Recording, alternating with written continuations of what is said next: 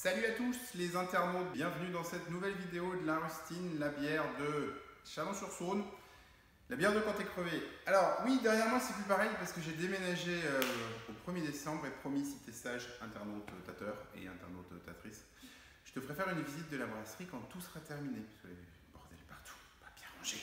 Du coup je monte pas, je cache, vilain. Mais aujourd'hui comme je suis un truc un peu exceptionnel et que je le referai jamais peut-être, j'ai décidé de partager avec toi. Oui, toi, derrière ton écran. Aujourd'hui, on va câbler. Alors, j'ai fait une vanne avec Gilbert Montagnier, mais je vais pas la faire. Oui, ça, je me marre tout seul, c'est nul. Aujourd'hui, on va câbler une armoire électrique, brancher 3 thermoplongeurs différents. Alors, vous vous dites, il y en a un pour l'eau chaude, un pour les buts et un pour l'empattage. Eh ben non, parce que l'empattage, je ne vais pas chauffer. Mais ça peut marcher tout pareil si vous voulez mettre un des thermoplongeurs dans l'empattage. En fait, il y en a 2 pour l'ébullition et 1 pour la bâche à eau chaude. 2 fois 18 kW pour l'ébullition et 1 fois 8 kW pour l'eau chaude. Là, l'idée aujourd'hui, c'est de voir un peu le matériel nécessaire, essayer de faire un truc aux normes pour éviter qu'on se prenne des grosses patates en 380, car oui, c'est du 380, je travaille en triphasé, avec une armoire qui est câblée sur 3 phases unitaires, il n'y a pas de neutre. Il va falloir plein de matériel. C'est un peu nébuleux, tout le matériel qu'on peut trouver sur internet. L'idée, c'est d'essayer d'aiguiller un petit peu et de voir un petit peu comment on peut travailler, sachant qu'il y a plein de choses, ce sera des choix, à toi de faire, tes choix, tes propres choix. Fais tes choix, tu verras ta vie changer. Et puis ensuite, eh bien, en fonction de ces choix, de câbler comme moi ou presque comme moi. Possibilité de choix fait quand même qu'il y a des choses qui ne vont pas beaucoup bouger. Il va y avoir 2 circuits, 2 grands circuits. Il va y avoir ce qu'on appelle le circuit de puissance.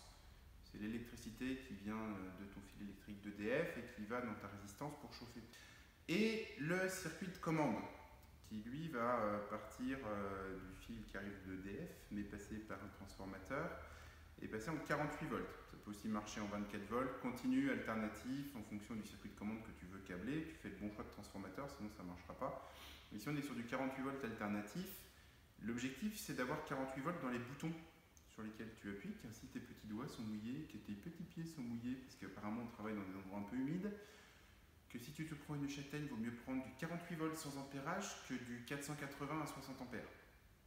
C'est un petit conseil. Si un jour il faut toucher des fils, il vaut mieux 48 volts sans ampérage que 400 à 60. C'est un choix. Et pour ça, on a besoin du coup d'un peu plus de matériel que si on câblait en direct avec des gros boutons de 380. Et comme c'était Noël il n'y a pas longtemps, le matos j'en ai plein. Et je vais te le présenter un petit peu maintenant. Alors, déjà il faut une armoire. Métallique, plastique, peu importe. Quelque chose d'un peu sérieux, pérenne dans le temps. Avec une porte qui s'ouvre. C'est mieux parce que pour aller mettre les fils dedans, c'est chiant. Là c'est bien. Alors il y a déjà des choses, tu ne les vois pas. Ces choses n'existent pas. C'est un ancien montage que j'avais fait vite fait pour me dépanner. Et du coup, puisqu'on est sur l'armoire et la façade, il faut ce qu'on a des modules de température. Mais là, c'est des numbers achetés sur un site qui chevauche à cheval les seins nus. Voilà. L'intérêt, c'est que ça affiche en haut la température captée, en bas la température de contrôle. Si tu veux que tu aies 70 degrés, tu mets 70 degrés et tu vois ta température, la vraie température de ce qui se passe dans ta cuve. Il y a les deux et ça fait tout un tas de choses différentes, c'est assez pratique. Ils sont alimentés en 220, ça existe alimenté en 24, en 48. Continu, alternatif, pareil, tout est à choisir. Sur la sonde que tu peux rentrer, ça peut être donc soit du PT100, ça peut être une sonde K, ça peut être un thermocouple, enfin voilà. Voilà pour l'armoire. Il faut une plaque de fond. Alors généralement c'est livré avec l'armoire, c'est vissé dedans. Là je la mets dehors parce que c'est plus pratique de câbler à l'extérieur de l'armoire, surtout quand on a des grosses mains. Il y a 4 écrous, on fait 4 tiges filetées qui sortent de l'armoire avec 4 écrous et qui se mettent sur les tiges filetées et c'est vissé dedans. Il faut de la bardine. Ah, le pouvoir de la bardine. C'est une barre profilée en U, ça permet de clipser les modules dessus. Et c'est très pratique. Voilà. C'est le même genre de barre que tu as dans ton tableau électrique de ta maison ou dans les endroits où tu as déjà mis des disjoncteurs. Ça se clique. C'est bien. Sinon, il faut tout visser. Et c'est chiant. Voilà. Le sèche-coupe à la scie, à la meule. Voilà. Un coup de meule, tu fais la longueur que tu veux. Tu fais 2 trous. Tu mets une vis avec une plaquette derrière et puis on n'en pousse plus. De la goulotte. Si tu veux faire les choses proprement, éviter d'avoir des fils qui se baladent dans tous les sens, il faut de la goulotte. Et ça, c'est bien. C'est pareil, ça va venir se visser. Il y a plein de petits trous.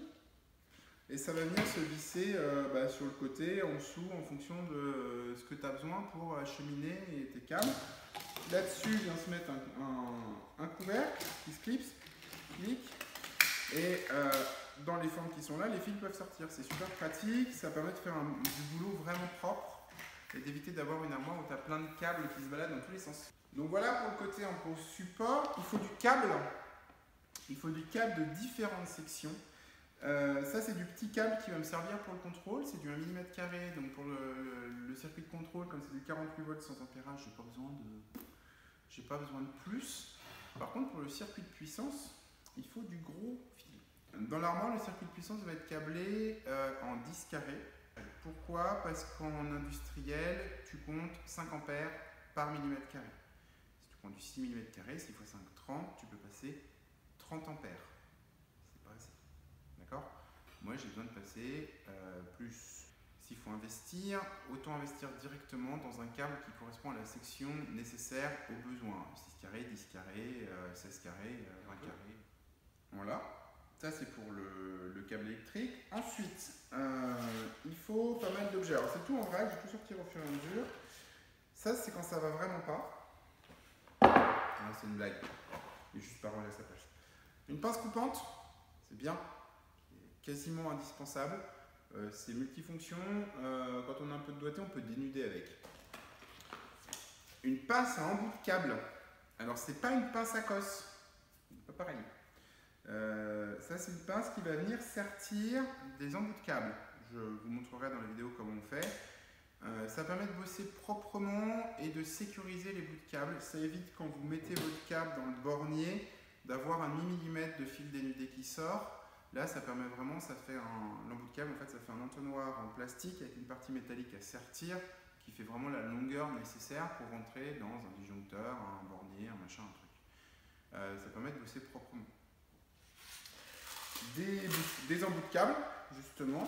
Ça, c'est du 1 carré et du 2,5 carré, mais j'ai du 4, du 6 et du 10 carré en fonction du fil que je veux. Des emporte-pièces pour faire les trous dans l'armoire, pour mettre les boutons, les choses comme ça. C'est quand même pratique, je te montrerai comment ça marche, c'est tout bête. Tu fais un trou, tu vis, tu serres, ça te fait un trou vraiment propre, vraiment net. Et c'est pas mal pour mettre tout ce qui est interrupteur, etc. Ça n'existe pas en carré pour les pides. Tu les coupes à la scie sauteuse, tu fais plein de petits trous à la perceuse, tu limes, voilà. Tu frottes jusqu'à ce que ça s'use et que ça fasse un trou, tu fais comme tu veux. Des tournevis. Ça, j'en ai qu'un là, mais il va en falloir plein. Des petits, des gros, des plats, des crucis pour serrer, pour tourner, pour machin, évidemment. Voilà à peu près pour l'outillage. Ensuite, au niveau matériel, alors un pid, bon, ça c'est le pid qui manque, qui va là. Voilà. Hop, je mettrai les références de tout le matos sous la vidéo dans un fichier texte à télécharger. Il va falloir protéger l'armoire de deux façons différentes. Ça se ressemble, les deux modules se ressemblent, mais c'est pas la même chose. Ça, c'est un disjoncteur. Disjoncteur, ça disjoncte. D'accord? On dit qu'il y a les plombs qui sautent quand le disjoncteur disjoncte, c'est parce qu'avant c'était des fusibles en plomb. C'est pour ça que les plombs ils sautent. Parce que ça disjoncte. Le seul intérêt de ça, c'est pas négligeable, c'est pas mal, ça protège des courts-circuits. C'est-à-dire deux fils qui se touchent. Crisite! Deux fils qui se touchent, ça ne veut pas dire un brasseur ou une brasseuse qui touche un fil. Un brasseur ou une brasseuse qui touche un fil, ça ne court-circuite pas. Ça ne fait pas sauter celui-là. Donc ça sert à protéger le matériel. Ça évite les départs d'incendie, ça évite en cas de surchauffe, si la gaine fond et que les fils se touchent, etc. Ça peut se mettre en entrée d'armoire, au début du parcours pour protéger ton matériel dans ton armoire. D'accord? Et ensuite, il faut, alors, ça peut prendre deux formes. Ça peut prendre que cette forme-là. Ça s'appelle un différentiel. Le différentiel, il va comprendre quand il y a une différence dans le courant. Quand il y a un courant différentiel. Et celui-là, il va sauter quand la brasseuse ou le brasseuse, il touche le fil. C'est-à-dire qu'il va y avoir quelque chose qui ne se passe pas comme il faut sur le retour au compteur, au tableau, et lui, il va sauter. Clac. D'accord? Il peut être tout seul, comme ça, ou il peut être avec un disjoncteur. Ou il peut être même tout fusionné. Là, ça s'appelle, ça c'est à part, je pourrais démonter, il faut que je le dévisse, mais le disjoncteur peut s'extraire. Ça s'appelle un groupe Vigie. Ça fait les deux. Donc ça peut se mettre en sortie de compteur électrique, dans ton tableau qui est à côté de ton compteur électrique. Tu peux mettre que ça en sortie de compteur électrique pour protéger le câble en fait. Si jamais tu touches le fil en amont des disjoncteurs. D'accord? Avant le disjoncteur, je sais pas, tu fais un trou dans le mur, la perceuse tape le fil, et ben lui il va sauter, il va te protéger. D'accord? Ce qui est important, c'est l'ampérage de défaut. Ici, ça doit être un 30 mA. C'est le plus petit qu'on puisse faire, c'est un petit défaut. Donc il va sauter dès qu'il y a un petit défaut. On peut monter à 300 mA. Ça va sauter quand il y aura un défaut de courant de 300 mA. 300 mA, ça commence à piquer fort dans les doigts, quoi. Donc 30 milli, c'est bien pour se protéger soi. 300 milli, c'est bien pour protéger l'installation, quoi. Mais un 30 milli, c'est pas mal. C'est pas mal. Dans les salles de bain, je crois, sans dire de bêtises, c'est de même du 10 mA les protections de salle de bain quand tu es dans ta baignoire. Quand tu es dans ta baignoire avec tous ces cheveux façon Claude François. D'accord?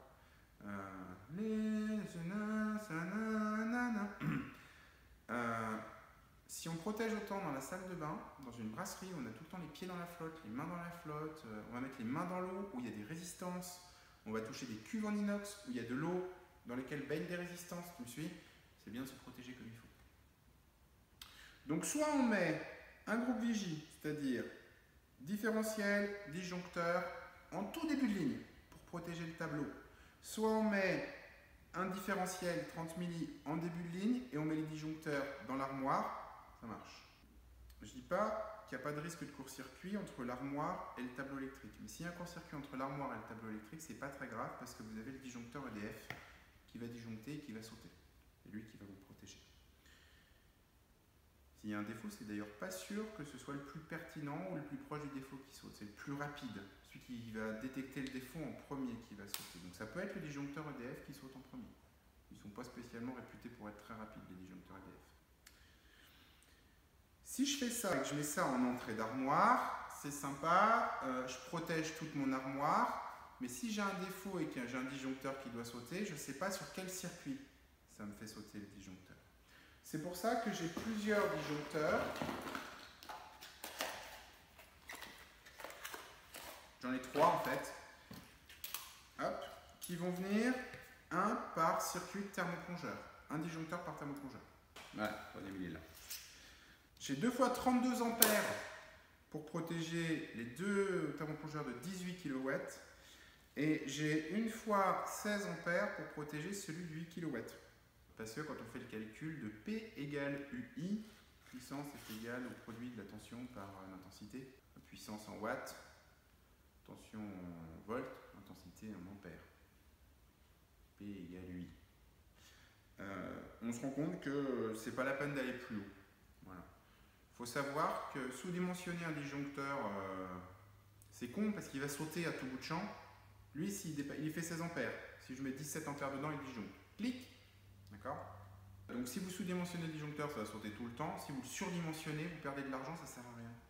Voilà, j'aurais pu mettre 3 disjoncteurs de 63 ampères. Ça vaut 120 € pièce. Ça vaut 40. Je préférais dépenser 40 €. En protection, il y a aussi autre chose qui va sembler un peu archaïque, mais qui est quand même très pratique. C'est des fusibles. Je vais en mettre 2 par transformateur. Mes transformateurs transforment à partir de 2 phases de 380, de triphasé. Je branche 2 phases dans mon transformateur. Et ça va me servir à protéger mon transformateur. C'est des fusibles de 2 ampères. C'est juste au cas où. Il y a un petit défaut sur la ligne, un gros coup de surtension dans le réseau EDF ou une connerie comme ça, et que c'est passé au travers des protections en amont. Ça va venir protéger mes transfos, parce que les transfos, c'est pas donné et que c'est bien de les protéger. Globalement, j'en ai sur ma ligne d'embouteillage que ça pète jamais. Enfin, ça disjoncte avant de péter. c'est juste une sécurité supplémentaire, ça ne vaut pas grand chose. Si vous faites ça et que vous avez des transfos en triphasé, faites gaffe qu'il y ait bien la petite barrette qui est là, qui permet de découpler les deux plombs simultanément, pour éviter d'avoir un plomb encore alimenté quand l'autre est ouvert. Bêtement, ça permet de se protéger un peu, quoi. Ça coupe le circuit complètement. Donc en dispositif de protection, je vais avoir ces deux portes fusibles qui vont protéger mes transformateurs. Les transformateurs en question, ils sont là. Donc j'en ai deux. Pourquoi j'en ai deux? C'est assez simple. C'est que j'en ai un qui va transformer du 400 volts en 230 volts. Pourquoi? Parce que les PID de température, les capteurs, ils sont en 220. Voilà. Si mes capteurs avaient été en 48 volts, j'aurais pas eu besoin de transformer du 220. L'intérêt d'avoir un transfo, c'est d'économiser un fil de neutre dans le câble. C'est tout. Sinon, vous câblez phase neutre, vous avez 220 entre la phase et le neutre sur du triphasé. Pourquoi j'ai un transfo 220? Parce que je l'avais en fait. Donc du coup, je vais m'en servir. Je vais le mettre dans l'armoire et ça va marcher très bien. Ça chauffe très peu. Donc il n'y a pas besoin de dissipateur, il n'y a pas besoin de ventiler l'armoire, il n'y a pas besoin de rien. Voilà. Et j'en ai un deuxième qui est connecté parce que j'ai fait quelques essais, qui me transforme du 380 en 48 volts. 48 volts qui va me permettre d'alimenter mon circuit de contrôle. Les boutons sur la façade, les interrupteurs, des choses comme ça. Qu'est-ce qu'il faut d'autre? Il faut également, ça c'est pas mal, ce qu'on appelle des bornes de puissance. C'est sur ces bornes que vont arriver les câbles du réseau EDF et de ces bornes que vont repartir les câbles du câblage de l'armoire. C'est plus propre avec ça. Au moins vous avez votre câble qui arrive au-dessus, tac tac tac, et tous vos câbles qui repartent dessous. Ça permet d'avoir un réseau câblé à l'intérieur de l'armoire qui soit vraiment nickel, de passer par les goulottes, ça évite de dénuder des kilomètres de câbles.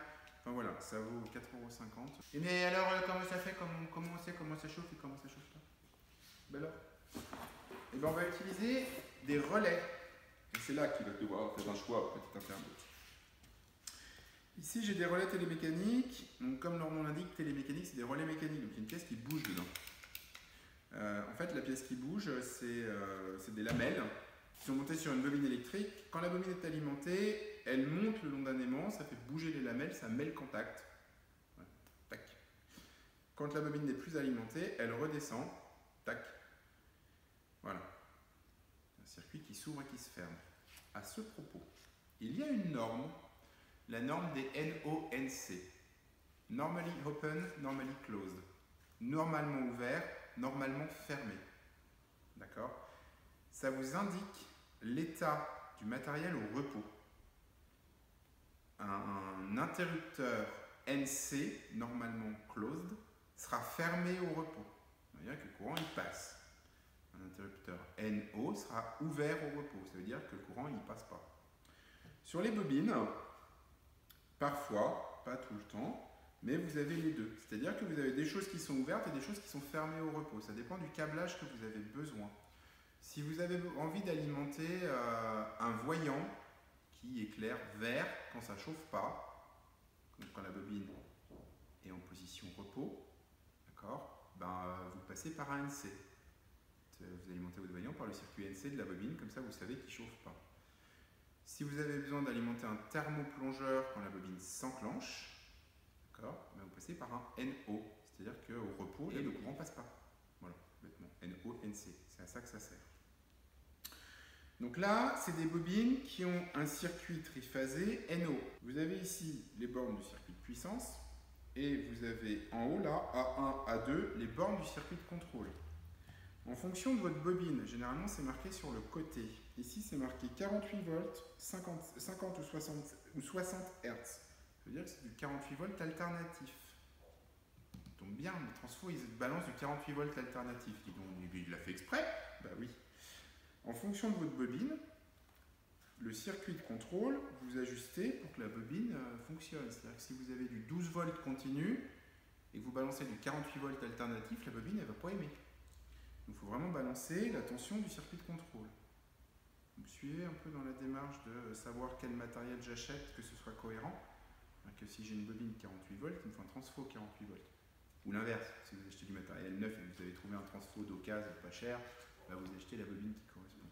Si vous regardez sur le côté, il y a des informations très importantes. Vous avez le pouvoir de coupure. C'est-à-dire, c'est la tension maximum que les deux bornes ouvertes puissent supporter avant de faire un arc. Parfois, c'est tout petit. Ici, on a une capacité de 50 ampères et un pouvoir de coupure de 1000 volts. On est pas mal. D'accord? Phase par phase. Si je dépasse les 50 ampères ou les 1000 volts, il y a des chances que le machin se mette à chauffer et que je fonde les contacts. Mais si par exemple je prends ceux-là, qui sont des relais que je vais utiliser pour piloter des électrovannes, peut-être rien en termes de courant par rapport à des résistances, on a une intensité de 10 ampères et un pouvoir de coupure de 690 volts. Donc c'est-à-dire que si lui, je lui balance 45 ou 50 ampères dans les dents, il va fondre, je vais coller les contacts. Donc faites attention au choix du matériel. Ça évidemment c'est moins cher que ça, malheureusement, c'est certain. Plus vous augmentez dans la résistance du matos, plus ça coûte des sous. Donc du coup, des comme ça, j'en ai deux. Un par thermoplongeur. Tac, pif paf. Plus un troisième.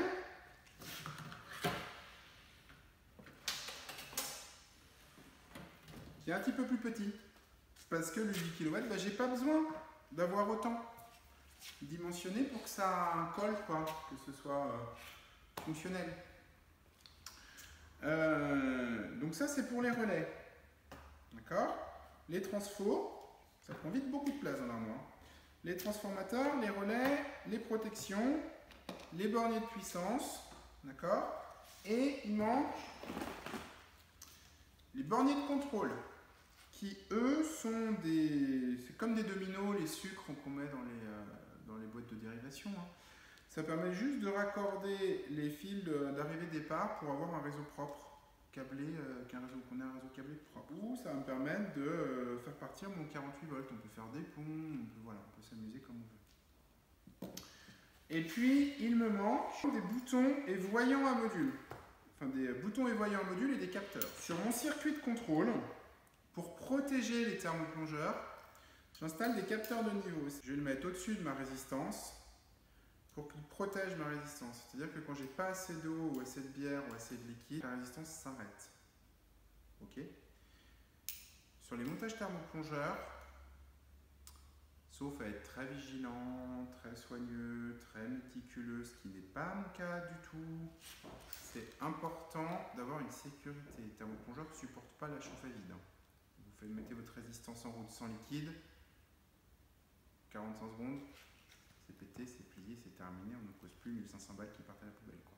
Donc un petit capteur de niveau, ça vaut 20 €.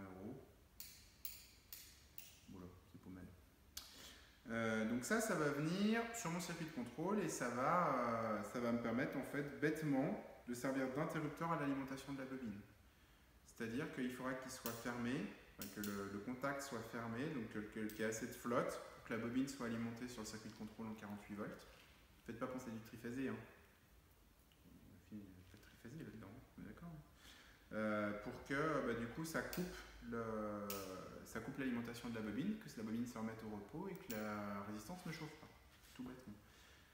À la fin de la vidéo, je vous montrerai les schémas de câblage du bazar. Des dessins qui vont avec, qui vont bien. Donc ça c'est très utile. Et puis des interrupteurs et des voyants modulaires. Donc en fait c'est des modules qui se clipsent. Donc vous avez un système où vous pouvez retirer l'interrupteur.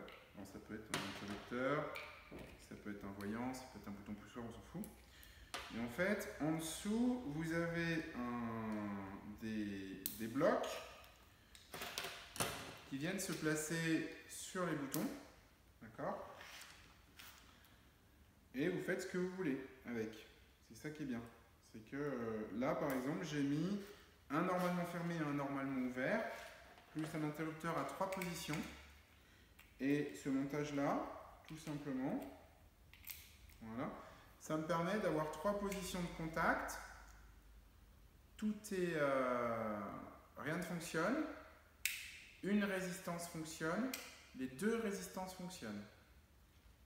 C'est ça qui est intéressant en fait.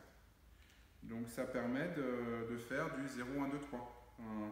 Et ça c'est plutôt cool parce que pour réguler par exemple l'ébullition, ça permettra de mettre aucune résistance, une résistance ou 2 résistances en route. Sachant que quoi qu'il arrive, c'est verrouillé par mon système de flotteur, c'est verrouillé par mes bobines et par mon relevé de température. Donc s'il y a 2 résistances, je vois qui se met tout le temps en route, à fond, et qui se coupe et qui se met, qui se coupe et qui se met, je peux peut-être basculer juste sur un seul thermoplongeur. Donc ça, il en faut quelques-uns aussi en fonction de votre plan de câblage et puis de votre envie d'avoir des voyants, des lumières qui clignotent, qui s'éteignent, qui s'allument. À savoir que au plus on est simple sur les voyants, au mieux on est. Quand il y aura la position 1, 2, 3, j'aurai 2 voyants rouges. Voyant 1 pour allumer 1, voyant 2 pour allumer les 2, et puis basta quoi. Et puis voyant éteint quand c'est à 0. Donc voilà, il me manque un truc que j'ai commandé mais que j'ai pas reçu, c'est un sectionneur général à mettre sur le côté de l'armoire. C'est un gros bouton rouge quart de tour là, qui tourne, qui permet d'alimenter complètement l'armoire, qui va venir en amont de tout ça et couper le courant en fait, dans l'armoire. C'est pratique quand on ouvre l'armoire, etc. C'est une bonne sécurité. Ça peut être aussi une grosse manivelle, ça peut être ce genre de choses. Donc voilà, et bien écoutez, il n'y a plus qu'à câbler.